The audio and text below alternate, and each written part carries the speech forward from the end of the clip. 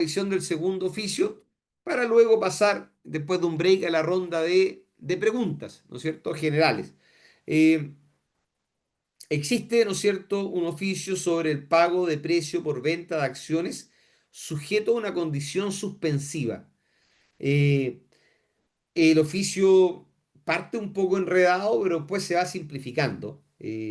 Porque, de acuerdo con su presentación, la empresa A, para decir B, B, no, la empresa A es dueña del 60% de las acciones de B a través de su participación directa en el 66,67% en la sociedad C. Es raro decirlo porque sería más fácil si yo saco un Excel y proyecto un Excel donde efectivamente yo dijese acá compartir el Excel. ¿Está el Excel compartido, no? Sí, ¿Sí? Entonces sí. yo digo aquí, lo vamos a dibujar más fácil, para no hacerlo con cuadrito. A, A participa en C y C participa en B. A participa en el 66% y C participa en el 90%. El 66% del 90% es igual al 60%. Entonces A participa en B indirectamente en el 60%. Esa es la figura para entender, es simple, pero nace el oficio medio enredado, a mi juicio, y para otros estará muy fácil. Entonces, de acuerdo con su participación, entonces A es dueña del 60% de las acciones de B a través de su participación directa en el 66,67% de la sociedad C. Eso es el 60. Adicionalmente indica que C posee el 90% de las acciones en B, mientras que el 10% restante de las acciones de B es de propiedad de otra empresa, D, ¿no es cierto? A es dueño de C, C es dueño de B. Esa es la figura que tenemos. Agrega que en relación con el desarrollo del proyecto QB2, da lo mismo lo que sea, ¿no es cierto? El modelo de financiamiento de este involucró una serie de actos jurídicos, ¿ya? Entonces empezaron a comprar de a poco entonces las acciones. En particular, en abril del año 2018, A adquirió el 100% de las acciones de D, una empresa que aparece luego, ¿no es cierto? Que a la fecha era propietaria del 13,5% del total de las acciones de B. Por dichas acciones, A se obligó a pagar a precio compuesto por una parte fija, pagadera a todo evento, y una parte contingente a ser pagada al cumplirse determinadas condiciones suspensivas, tres pagos diferentes.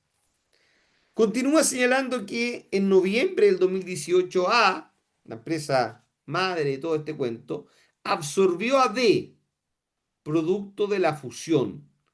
Las acciones de B, que eran propiedad de D, quedaron registradas en la sociedad continuadora A, al mismo valor tributario al que estaban registradas en D, porque en una fusión se transmitieron las acciones, ¿no es cierto? Se transmitieron las acciones que estaban en D y pasaron a A al mismo valor tributario. Y además, se les asignó la diferencia positiva existente entre el valor tributario y la inversión que A registraba en D y el capital propio tributario de esta a la fecha de la fusión.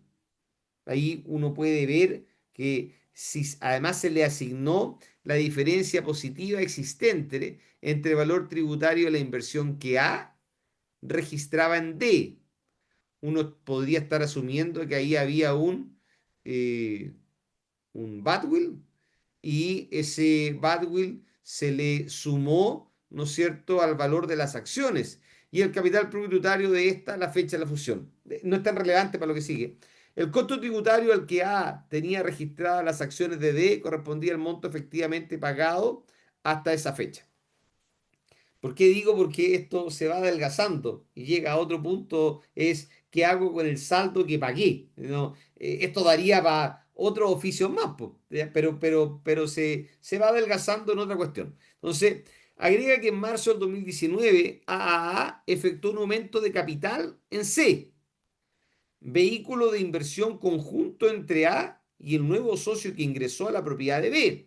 El aumento de capital en C fue pagado mediante el aporte de la totalidad de acciones que A poseía en B. Ahí pasa a ser A dueño de C y C dueño de B, ¿no es cierto? En el marco de una reorganización empresarial de conformidad con el inciso quinto del artículo 64 del Código Tributario, recientemente modificado, y que hemos tratado en algunas sesiones y está bastante interesante por varios lados. Entonces, precisa que un segundo pago por la adquisición de D, un segundo pago por la adquisición que se hizo, ¿no es cierto?, de D, que estaba sujeto a condición, pago de producción, se devengó y pagó en un ejercicio posterior a aquel en que D fue absorbida por A y con posterioridad a la fecha en que enajenó las acciones de B. Y en esa fecha, al tercer componente, el precio variable se encuentra pendiente al no haberse cumplido aún las condiciones para su devengamiento. Después de la compra, la fusión y el aporte, sigue pendiente ese valor que tiene una cláusula suspensiva. Finalmente, tras referirse a lo dispuesto en el inciso primero y número 9 del inciso cuarto del artículo 31 de la Ley sobre Impuesto a la Renta y a lo instruido en la circular 53 del año 2020, en lo fundamental, solicita confirmar que el pago de producción no puede ser considerado como parte del costo directo o valor de la inversión realizada por A en las acciones de D, puesto que ésta se disolvió tendría su fusión con A ocurría en un ejercicio anterior al devengamiento y pago de dicha parte del precio. En relación con lo consultado, se informa que A adquirió un paquete accionario obligándose a pagar un precio. Luego, la naturaleza jurídica del acto celebrado, así como la naturaleza de las obligaciones emanadas del mismo pago de un precio, no muta por la reorganización empresarial posterior, es decir, el precio está fijado, lo que estaba firme.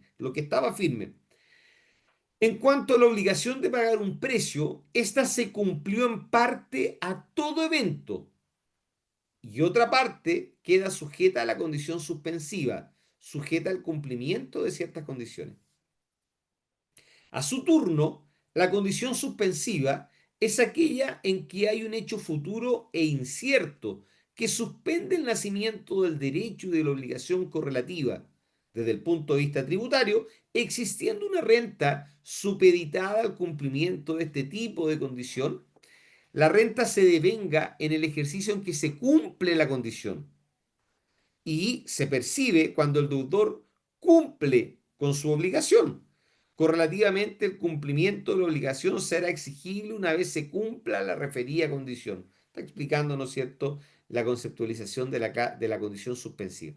Lo anterior supone que, mientras la condición suspensiva no se cumpla, A no está obligado a efectuar el pago del precio de venta de las acciones sujetas a la referida condición. Ello no implica desconocer la existencia de una inversión en acciones de una sociedad, en este caso una inversión en D, pero valorizada sin considerar la parte del precio sujeta a la condición. No considere la parte que está sujeta a la condición, eso ya se acabó, ¿no es cierto?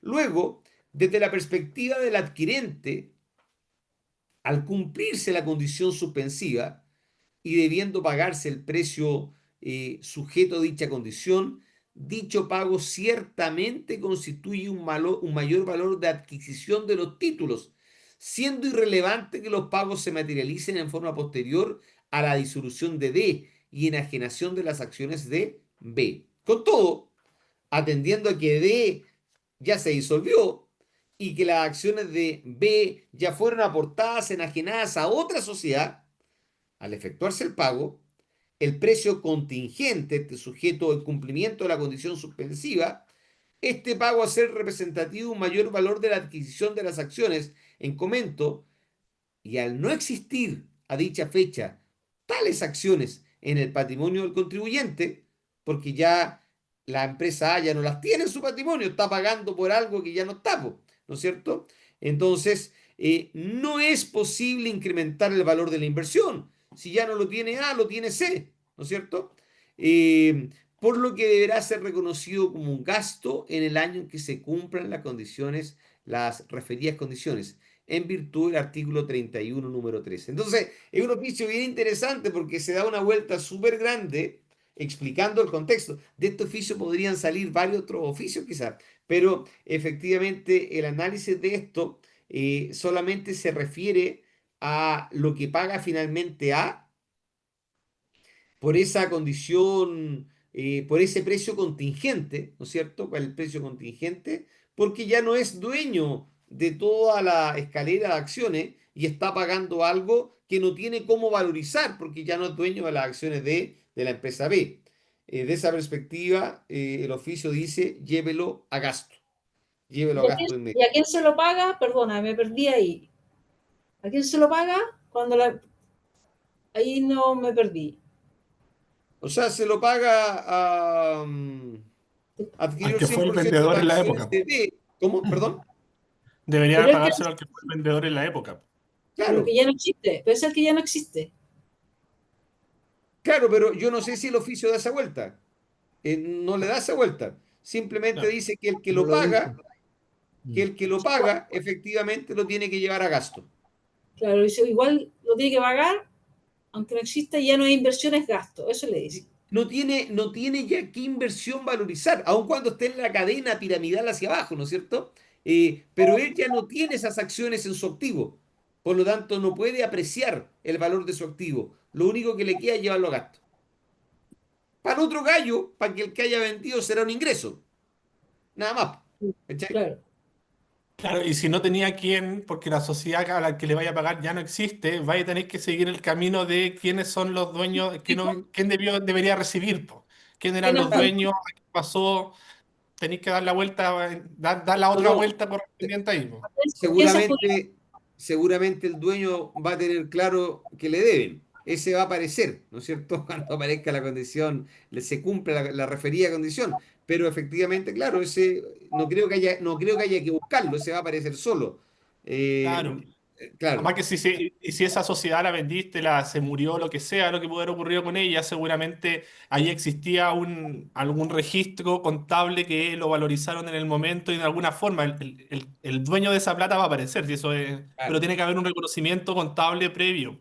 Claro. O sea, Obviamente, no lo el esperan. oficio ni siquiera se pone en ese caso, simplemente se asume que a alguien se le está pagando, pero se pone el caso de aquel que lo está pagando, que no tiene activo que incrementar. Nótese, Doris, que efectivamente el activo sí está aguas abajo, sí lo tiene, ¿no es cierto?, la empresa C. C es dueño de B, por lo tanto uno podría haber dibujado una idea distinta, pero el oficio, el Servicio de Impuesto Interno interpreta simple, como creo que debe ser. A, ¿es dueño de esas acciones de B? No, porque es dueño de C. Entonces, lo que pagó A no lo está pagando por nada. Entonces, efectivamente, se va a gasto. ¿Me entiendes? Se tiene una obligación, se Lo fue que a pasa gasto. es que tengo una operación no exactamente igual, pero se parece. Entonces, mi duda, por ejemplo, puede ser súper tontorrona, pero estoy pensando en el que recibe el propietario, en este caso que estamos diciendo, de alguna manera lo tiene, ¿cierto? Le va a pagar el precio que se devengó. ¿Y cuál sería la naturaleza de esa renta para el que lo recibe en ese caso? En tu Perdóname, opinión. estamos hablando de una empresa. O sea, porque aquí el vendedor, ¿cierto? El que vendió las acciones, ¿las aportó o las vendió? Ahí No, me en este perdí. caso la vendió. Porque hay Ya. precio, la Sí, pues vendió. en este caso la vendió porque hay un precio, exacto, lo que dice Gastón. Ah, ya, ok, Hay un ok. precio. El vendedor no pasó nada, ya. Si me enredé con la figura yo, ya. Claro, sí. Vendió, ya, perfecto, perfecto. Ya, ya, ya. Es que se, no, la reorganización va por Y, el otro lado. y la Ya, no hay. naturaleza 25 y punto. Pero Sí, sí. entremos en tu caso, ¿cuál es para tratar de apoyarte? No, Pues no, no sé cuál no, es tu caso. no estaba pensando en el vendedor ¿quién era? Si era una persona natural, eso estaba pensando. Si el que vendía era una de las sociedades, que eso yo pensé que el vendedor era una persona jurídica, pero no, tú me dices que una persona natural. No, no, Porque no, no. supongamos que el Mm. que vendió sea la persona jurídica. ¿Ya? Yo X. pensé que esa era la que había desaparecido. Yo me confundí porque está bien la figura así como entenderla a la rápida Claro, enredada. pero hagamos el ejercicio. Si el que enajenó fue una persona jurídica, es un ingreso del 25 y se acabó. No, perfecto, pero cuando ya, y desaparece la empresa, si ese no es mi problema, sino que es cuando desaparece y entonces devenga en la parte de precio que está sujeto a la condición suspensiva. Y se lo Pero tiene que ir a perdón, pagar. perdón, tú dices que desaparece, pero cuando Murió. desaparece, ¿cómo? Murió. Murió la No, pero empresa. cuando murió la empresa, ¿no es cierto? Tú ayúdame que eres abogado, Carlos, en ese proceso, antes de la disolución y posterior adjudicación, vamos a hacer una liquidación. Y en ese proceso van a aparecer los potenciales activos. Y eso tendré que Claro, adjudicarlo a alguien. Y ese que se va a quedar exacto. con eso va a aparecer, oye, se cumplieron las condiciones, ¿o no? Sí, sí, sí, estoy Sí, de acuerdo. Y eso es lo que estoy preguntando justamente. sí. Ahí en ese caso Es se que ese es adjudicaron el los camino. activos y se adjudicó una cuenta por cobrar, o si es que la tenía, si es que la tenía contabilizada. Porque si no estaba de vengada, lo que decíamos el otro día, no la tiene Está en un contabilizada. transitorio ahí, pues. Debería estar en un transitorio ahí, porque no es Así una que cuenta por cobrar, de orden, efectivamente. como decía Cristian. Claro, es una cuenta de orden. Ya, Rara la entonces, figura, porque No, claro. ahí debiera mutar, porque para la empresa sería 25 y para mí como persona sería un ingreso quizás del artículo segundo en comparación a lo que yo tenía invertido versus lo que me adjudiqué. esa es mi pregunta, exactamente. Para allá iba. Cambia la naturaleza de la Cambia renta. la naturaleza, eso. Está bueno Está el claro caso, que pero sí. Sí. ya ahí tenía un oficio de una tercera derivada, pues, Dori. No Ya, tenemos oficio. Todavía no ha salido. ya, no, perfecto, si era para entender nomás Está y bueno el pasar. oficio. Pero sí, pero está bien la lectura porque no es una cuenta si es una cuenta por cobrar, no es una obligación que está pendiente, po. Es una obligación que ya se generó. Claro. Y esa es mi duda. Si nunca fue una obligación, no estaba devengado, ¿a título de qué llegó al que finalmente se lo tienen que pagar? Claro, Pero claro. bueno, Interesante. Yo creo que muta, ¿no es cierto? Y que ya no es 25, sino que estamos hablando de un simple artículo segundo del proceso, ¿no es cierto?, de renta en una adjudicación.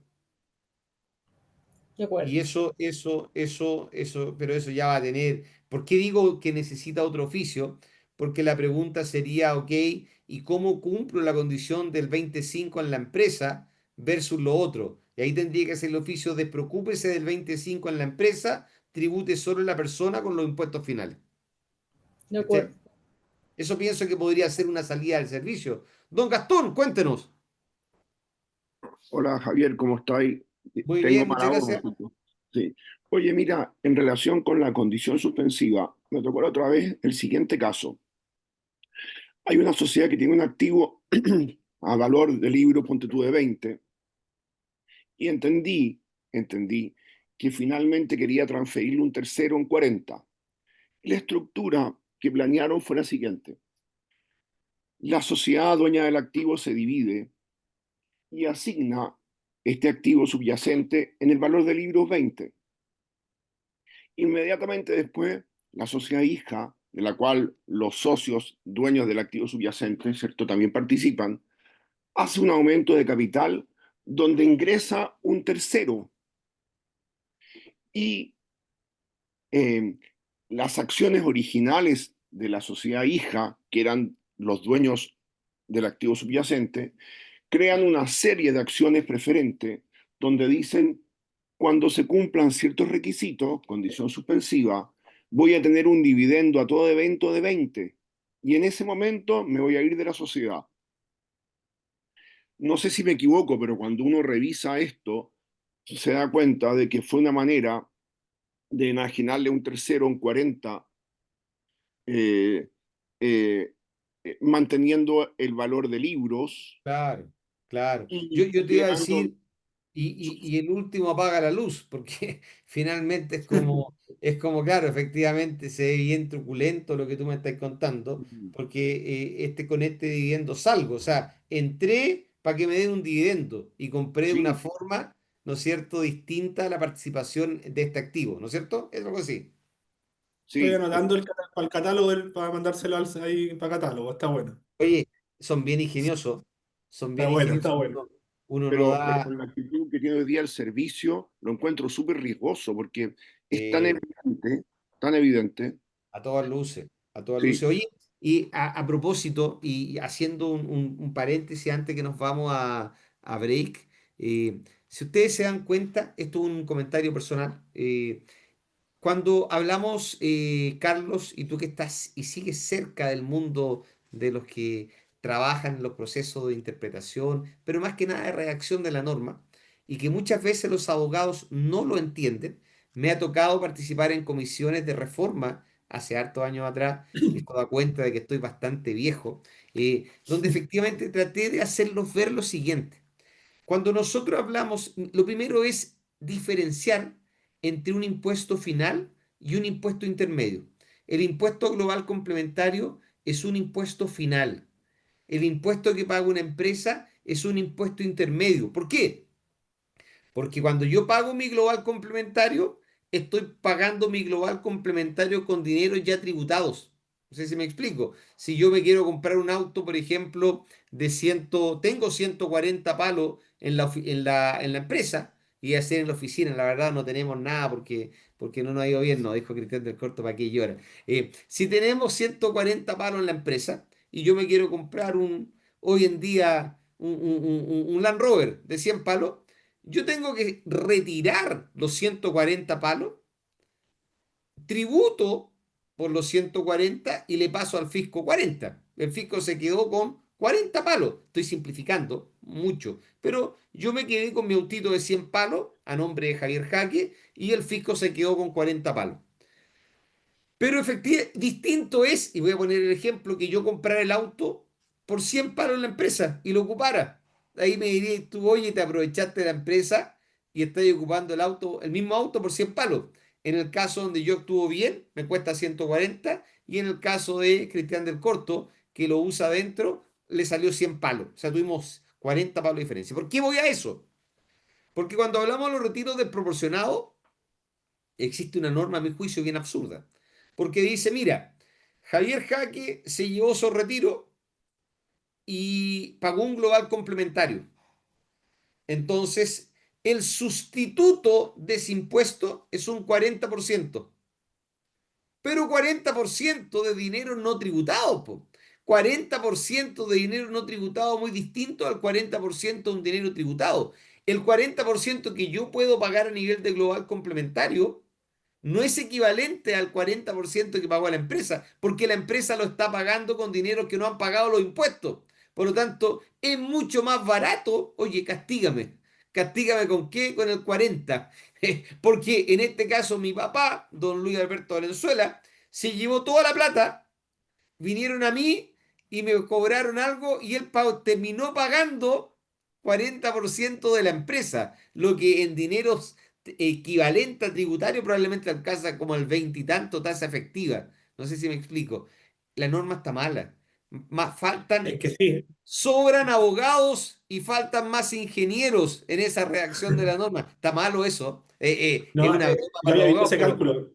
De hecho, ¿cómo? lo ocupan ahí, se ocupa como planificación en algunos casos, lo he visto en otros estudios, no donde estoy yo, por supuesto. Paguemos el 40. Paguemos el 40 el Exactamente. desproporcionado, me sale más barato. Exactamente. La respuesta ahí ahí un poco de por qué es porque, claro, es plata en mano. Así no ¿Sabes es cuál es la plata, diferencia? es la plata en mano de tener que ir a buscarlo por la norma futuro y toda la vuelta. Aquí es como, dale, es que es como que es como una transacción, por decirlo de una forma. No digo que esté técnicamente bien, lo planteo en los dos Mira, términos. Es mira, como mira lo viejo que estoy. El año 2013, en la reforma tributaria de Bachelet, porque parte Bachelet, 2013, 2014, 15, ley 20.180 fue promulgada el 14 año si no me equivoco, ¿no? ¿Sí? 2012, ¿14? ¿no es cierto? No, perdón, sí, No, algo pues así. No, Septiembre 14. del perdón. 2014. El Ley 29 de 20.000, septiembre del ley 2014. 20.630 de Piñera, Que publicada en cambió el Ah, ese es del PPP. 2012. Es el 2012. 2012. El Sí. 2012 yo andaba en Hacienda, dando una vuelta, me acuerdo, capacitando en hartas partes. En ese tiempo estaba en la Universidad de Chile. Y me tocó, digamos, participar también de la discusión de esa reforma. Y yo al coordinador de políticas tributarias de esos años se lo expliqué. Le expliqué la diferencia, cáchate, de esos años. ¿Cuánto han pasado? 12 años. ¿Qué diablo? Y he estado toda mi vida estudiando. Efectivamente, le expliqué la diferencia entre los dineros que estaban tributados dentro de la empresa y los dineros que estaban fuera de la empresa. Era un abogado. Y me dijo, pero siempre se ha hecho así, po. Entonces, aquí ¿cachai que hay un problema de distorsión, ¿no es cierto? Cachamos al tiro que era chileno con la respuesta que te dio. De malformación profesional, porque efectivamente es una distorsión muy grande, porque la ley debería ser armónica de una perspectiva del costo. En ingeniería comercial, y me imagino que en otras ingenierías también hay un ramo que se llama costo decisional, y tú tienes que comparar cuánto te cuesta una cosa, y te la mueven en distintos lados, y cuánto te cuesta acá. Y eso pasa en los impuestos, lo que tú me estás diciendo, Carlos. Efectivamente, algunos contribuyentes dicen, oye, mejor pago este otro si me sale más barato. Oye, me quiero llevar la plata de la empresa. Si pongo término de giro, pago el 35. Si me lo llevo a global, voy a pagar el 40 y tanto cuando lo suban ahora. La divido y le pongo término de giro a esta y pago el 35. ¿Me cacháis? Son errores matemáticos de la norma que yo creo que alguna vez, bueno, tenemos tantos problemas a nivel tributario que será tiempo de ir mejorándolo en otra vida, ¿ya? O Primero hay tal que vez, arreglar. o tal vez el valor económico no es un concepto que esté incorporado en los impuestos, ¿no? Por la tributación. Pues. Es que sabéis que es un problema de conocimiento. Como he estado cerca de estas mesas, no es un problema del conocimiento que dicen, no, lo vamos a dejar así porque es el análisis que hacemos. Es simplemente un problema de desconocimiento. Y uno pensaría que en esas instancias, a esos niveles, no existen estos problemas técnicos.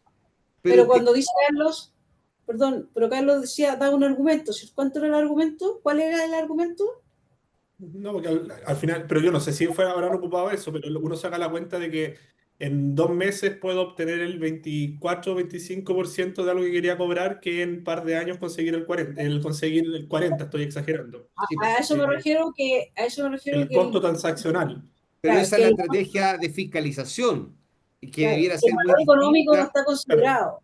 que debiera es ser que muy esa norma, claro. distinta a la estrategia, ¿no es cierto?, legal, digamos, que está en la ley de la renta. Sí, pues, es que yo no quiero ponerme en la posición contraria de Javier porque estoy súper de acuerdo que tenemos un problema de redacción de normas, legislador, todo el tema. Estoy totalmente de acuerdo, o sea, sí, pero no tengo ni una duda. Pero claro, esa otra norma, la del 40, sale un poco de fiscalización. Esa sale un poco del servicio de fiscalización de decir, oye, cobremos al tiro, pues de una forma. Pero no me quiero poner en el bando opuesto de Javier porque estoy súper de acuerdo que tenemos problemas con los Claro. legisladores Y ahí, con eso. ahí es norma No. especial, entonces no sería elusivo si Sí, uno po. planifica el 40%. Es que O es sea, una norma especial antilusiva, simplemente que voy y te cobro al tiro. claro, O tú te pagas al tiro. Sí, claro. pero ojo, es que eso voy y te pago al tiro, tiene debajo de eso un análisis económico tributario, un análisis financiero tributario. Y ese análisis financiero tributario, porque Carlos, estimado Carlos, y te cobro un 48,4, que ese es el equivalente al dinero tributado, ¿me entiendes? Porque tú vas al instrumento, voy y te cobro al tiro, perfecto. Pero la pregunta que subyace a eso es, ¿cuál es el valor económico de eso? Y la norma perfectamente podría haber recogido un 46,25. ¿Por qué? Porque ese es el análisis económico de lo que tiene como en promedio que se debería haber recaudado. ¿Me cacháis? El cuarenta por Sí, po. ciento es una cuestión arbitraria que queda como la tasa de global complementario. Y el global complementario es distinto, el costo del global versus el costo de la empresa. Ese es mi análisis, simplemente. No, ¿Cachai? sí, sí, eso es real. Pero algunas veces Claro. la norma la ocupan como incentivo o desincentivo. Yo creo que acá la quisieron ocupar como un incentivo de cobro inmediato. O sea, no como no usando la apreciación económica del impuesto, sino que en este caso como un incentivo. Págame al Pero tiro. por qué el 40 y no el 45? Ya, Porque se transforma en desincentivo. vamos a Claro. break. Les mando un abrazo. Nos vemos Un en abrazo. 20:41. Ya, lo pongo acá en el chat. Nos vemos en un ratito. Chao. Nos vemos.